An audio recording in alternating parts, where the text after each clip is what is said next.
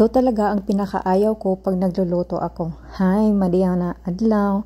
Ako pala si Ann, isang OFW dito sa Taiwan, and for today's video guys ay loto sarina naman.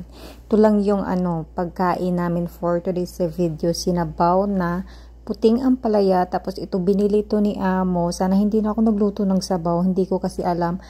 At ininit ko lang siya. Tapos, nagprito ako dito ng isda. Ito tuloy yung ko. Ayaw dito pag nagluto ako yung ng mantika. Pag nagprito, just me. Ang sakit. Maraming mga paso-paso. Hay, buhay ko sinira talaga.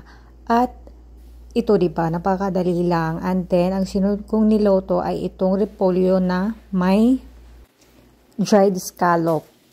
O, diba? Gisa-gisa lang, mga ganun lang. Simpleng lutuan lang talaga, guys, para walang stress sa buhay. Ganun.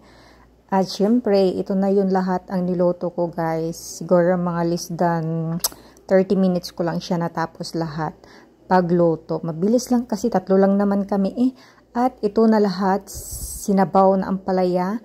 Itong, nakalimutan ko anong pangalan, pritong isda at itong repolyo. Tara.